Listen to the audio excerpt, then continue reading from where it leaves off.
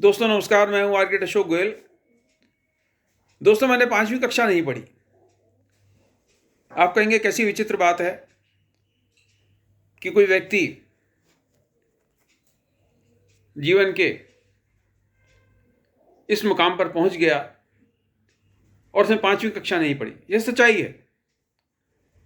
किन्हीं कारणों से मैं कक्षा में अपनी उम्र के हिसाब से 1 साल आगे चल रहा था, तो मेरे पिता को लगा कि इसका 1 साल बर्बाद ना हो, तो अपनी वाकफियत के दम पर उन्होंने 4वीं कक्षा उत्तीर्ण करने के बाद मेरा दाखिला 6ठी कक्षा में करा दिया। मैं कह सकता हूं मैं मेधावी था, भले ही आपको लगे मैं अपने मुंह मियां मिट्ठू बन रहा हूं, लेकिन मैं जिस स्कूल में गया उस स्कूल का नाम था Shri Shri Lakshmi Narayan trust Gujarat higher secondary school. Delhi के राजनिवास मार्ग पर यह स्कूल स्थित है। इसके एक तरफ उस जमाने में जगह लुडलो कैसल रोड कहलाती थी, बाद में राजनिवास मार्ग कहलाने लगा। एक तरफ सरकारी स्कूल था और दूसरी तरफ था दिल्ली का प्रतिष्ठित सेंट जेवियर स्कूल। 6ठी कक्षा में जब पूरे 1 साल पढ़ाई करने के बाद मेरा रिजल्ट आया तो मैं कक्षा में प्रथम आया। और उस स्कूल में, उस गुजराती स्कूल में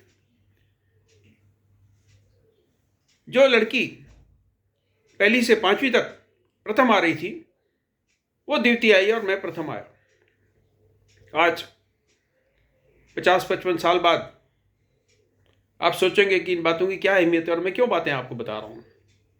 बताता हूं विस्तार से। कल मेरे पास एक सीनियर आर्किटेक्ट का फोन आया महाराष्ट्र से।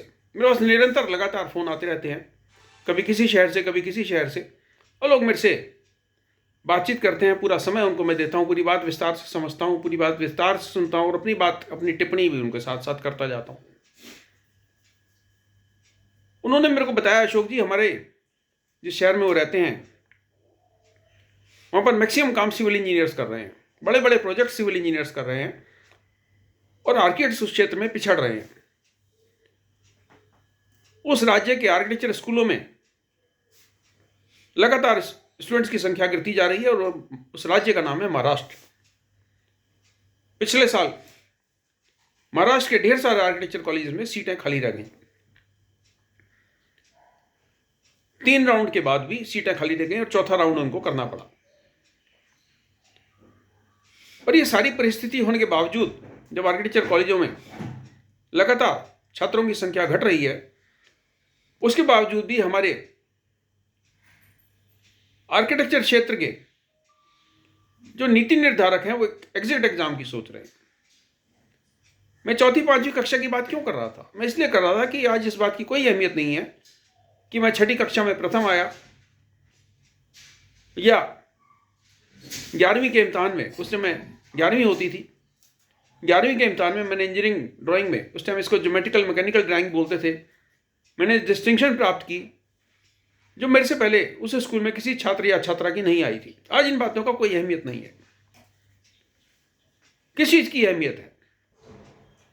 इस चीज की अहमियत है आज मैं क्या कर रहा हूं, आज मेरी क्या उपलब्धियां हैं, इस उम्र के इस मोड़ पे मेरी क्या उपलब्धियां हैं, क्या मैंने हासिल किया। मैंने तो कोई एग्जिट एग्जाम नहीं दिया। मैंने तो आर्किटेक्चर पास करते ही गृह सज्जा और भवन निर्माण पे किताबें लिखी जिनकी 2 लाख से ज्यादा प्रतियां बिकी। अगर एक किताब को 5 लोगों ने पढ़ा तो आप समझिए 1 मिलियन यानी 10 लाख से ज्यादा रीडर्स मेरी पुस्तकों से लाभान्वित हुए। इन सारी बातों की चर्चा का अर्थ क्या है? इन बातों की चर्चा का अर्थ यही है कि आप युवा आर्किटेक्ट्स के मार्ग में रोड़े अटकाने की मत सोचो। आप अंतरराष्ट्रीय स्तर की शिक्षा देने की मत सोचो। भारतीय वास्तुकला किसी भी संसार के किसी भी देश से ज्यादा उत्कर्ष है, चाहे वो दक्षिण भारत के मंदिर हो, चाहे राजस्थान के किले, चाहे वो नॉर्थ ईस्ट का भवन निर्माण हो या उत्तराखंड या उत्तरांचल में बने हुए भवन। हमें अंतरराष्ट्रीय स्तर पर उन लोगों से compete करना ही नहीं है। हम उन लोगों से पहले ही ज़्यादा आगे हैं और आज से आगे नहीं हैं, सैकड़ों हजारों साल से हम आगे हैं। उनके बनाए हुए, रीवा के बनाए हुए नियम कायदों का हमें पालन नहीं करना है। UIA के बनाए हुए नियम कायदों का हमें पालन नहीं करना है। हमें यह नहीं सोचना है कि हमें विदेशी कंपनियों के साथ MOU साइन करना है तो उनके बनाए हुए नियम कायदों का हम पालन करें। आप अपने नियम कायदे बनाइए। आप विदेशी कंपनियों के साथ अगर MOU साइन कर रहे हैं, आप उनको बोलिए कि आप हिंदुस्तान के वास्तुशास्त्र को पढ़ के आइए, हिंदुस्तान की वास्तुकला को पढ़ के आइए। हिंदुस्तान के वास्तुशास्त्र और वास्तुकला के हम आपके एग्जिट एग्जाम लेंगे, हम आपसे लाइसेंस टू प्रैक्टिस एग्जाम लेंगे। अगर कोई विदेशी आर्किटेक्ट हिंदुस्तान में काम करना चाहता है, उसको भारतीय वास्तुकला को समझना पड़ेगा, उसको भारतीय वास्तुशास्त्र को समझना पड़ेगा। आज देश भर में इंजीनियर्स आर्किटेक्चर के क्षेत्र में घुसपैठ कर रहे हैं। सुप्रीम कोर्ट का एक जजमेंट भी है जिसमें स्पष्ट रूप से बताया गया है कि कोई भी व्यक्ति आर्किटेक्चर की प्रैक्टिस कर सकता है, सिर्फ उसको आर्किटेक्ट टाइटल का इस्तेमाल नहीं करना है। मैं लगातार ढेरों बार मैं इस बात की चर्चा कर चुका हूं कि जो लोग एग्जिट एग्जाम की सोच रहे हैं, लाइसेंस टू प्रैक्टिस एग्जाम की सोच रहे हैं, वो अपने दिमाग के खिड़की दरवाजे खोलें, जाके भारतीय वास्तुकला पढ़ें, भारतीय वास्तुशास्त्र का अध्ययन करें, दक्षिण भारत के जाके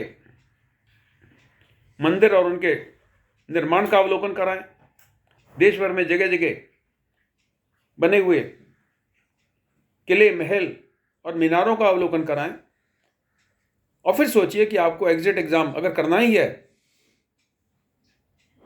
तो उसमें क्या प्रश्न पूछने हैं। उसमें ECBC के प्रश्न पूछने हैं, उसमें प्लम्बिंग के प्रश्न पूछने हैं, उसमें सिविल डिस्पोजल या वाटर सप्लाई के प्रश्न पूछने हैं, उसमें यह प्रश्न पूछने हैं कि कॉन्ट्रैक्ट कैसे बनेगा, उसमें यह प्रश्न पूछने हैं कि एग्रीमेंट कैसे बनेगा। हम विदेशी होड़ में, विदेशी नकल करने में मूर्खतापूर्ण निर्णय ना ले। जो भी काउंसिल ऑफ आर्किटेक्चर के नीति निर्धारक मेरी बात सुन रहे हैं, IIA के सीनियर व्यक्ति मेरी बात सुन रहे हैं, इस बात पर ठंडे दिमाग से सोचें कि आप अपने आज में अपने कल को मत भूल जाएं, अपने भविष्य में अपने भूतकाल को मत भूल जाएं। शुभकामनाएं, नमस्कार।